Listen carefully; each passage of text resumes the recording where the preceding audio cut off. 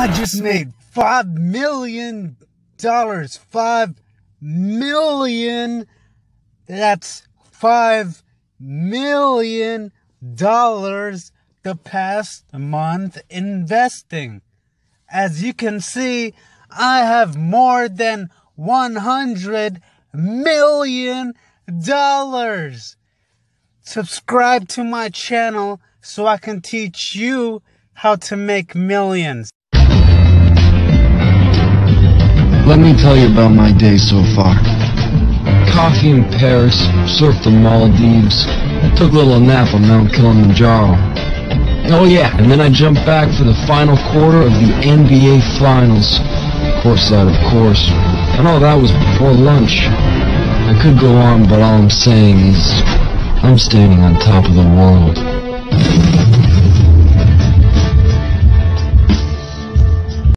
Today we're going to be talking about the company Nokia NOK. Is it a buy, a sell, or crash?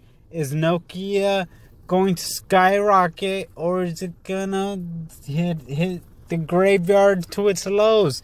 That's the question in this video that we're going to discover, and also in my next videos when I go into more details. Subscribe to my channel, hit that like video, and let's get started.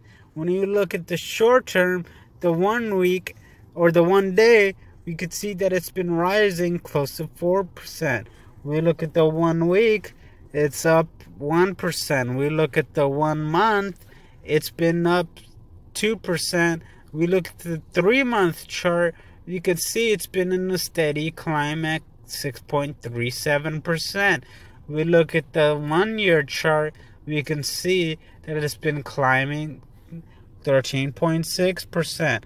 We look at the 5-year chart, it seems to be in the decline of 13%. Now when we look at the volume, the average volume is 17 million. This is high. Lots of trading. We look at the dividend yield at 3.552. This is very good. This is good news. High dividend. Got a high market cap at 34 billion. We can see potential with Nokia. This Nokia has made durable phones, and it also has that 52 megapixel camera, which is pretty nice.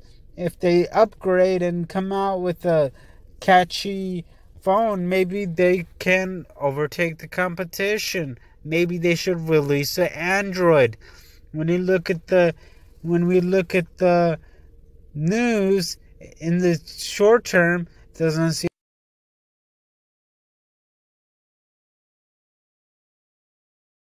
One thing about this company is that they've a certain proximity from the personification of redundant axioms presupposed upon tautological repetitions, and enhance their paradoxical paradigms through redundant innovations. Warren Buffett, the billionaire investor, once said, "Be fearful when others are greedy, and be greedy when others are fearful," by billionaire Warren Buffett. And essentially what this means is, when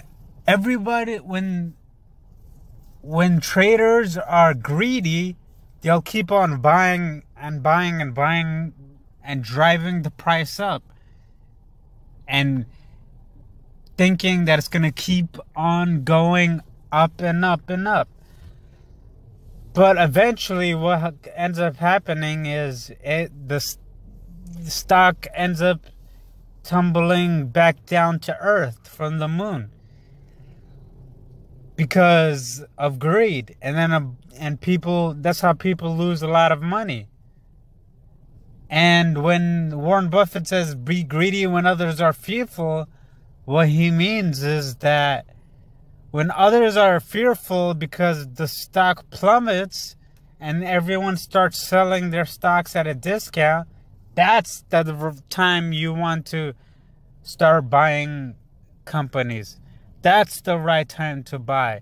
But usually, people start selling. People call it a crash, and that word crash scares people. But really, let's change the definition. Instead of crash, let's call it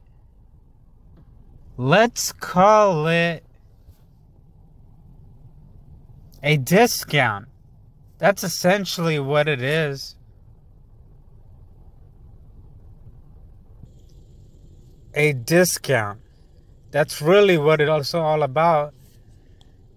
So, as we can see, the Fear and Greed Index by CNN, what emotion is driving the market right now? What emotion? Right now, the greed is driving the market right now.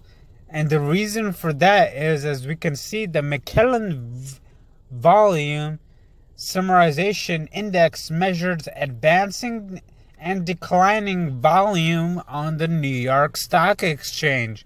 During the last month, approximately 8.23% more of each day's volume has traded in advancing issues than in declining issues, pushing this indicator forward the upper end of its range for the last 2 years. And as we can see, the stock price strength, that was the breadth, but the stock price strength, the number of stocks hitting 52 weeks highs exceeds the number of hitting lows and is at the upper end of its range, indicating extreme greed. As we can see, that's why the market kept going back up and up. As we can see, it's in the greed territory. And as we can look at the safe haven demand, the difference in 20-day stock and bond returns, stock have outperformed bonds by 2.92 percentage points during the last 20 trading days.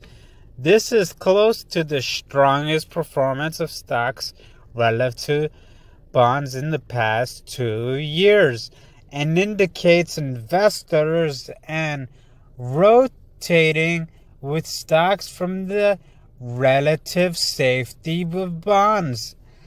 And when we look at the put and call options, the CBOE 5-day average, the put-call ratio during the last 5 trading days, volume and put options has lagged volume in call options by 36.82%, as investors make bullish bets in their portfolios.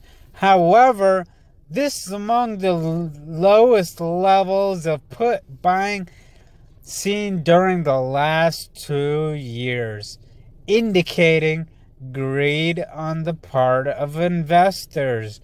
And when we look at the market volatility, the VIX and its 50-day moving average, the CBOE volatility index is at 15.72. This is neutral reading and indicates the market risks appears low. And when we look at the junk bond market, the yield spread between junk bonds versus investment grades, investors in low quality junk bonds are accepting 1.74 percentage points in additional yield over safer investment grade corporate bonds. This spread is much higher than what has been typical during the last 2 years and indicates that investors are highly risk averse. When we look at the market momentum, the S&P 500 and its 125